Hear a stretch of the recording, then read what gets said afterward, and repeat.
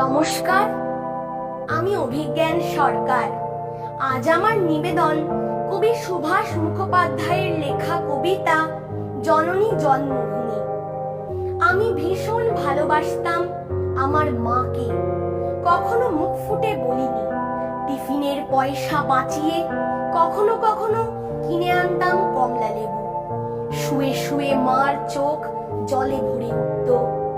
আমার ভালোবাসার কথা মাকে কখনো আমি মুখ ফুটে বলতে পারিনি। হে দেশ, হে আমার জননী, কেমন করে তোমাকে আমি বলি? যে মাটিতে ভর দিয়ে আমি উঠে দাঁড়িয়েছি, আমার দুহাতের 10 আঙুলে তার স্মৃতি।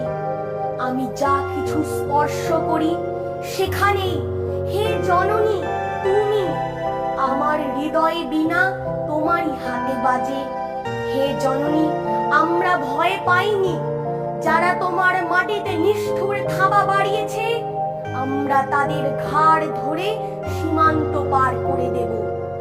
আমরা জীবনকে নিজের মতো করে সাজাচ্ছিলাম, আমরা সাজাতে থাকব।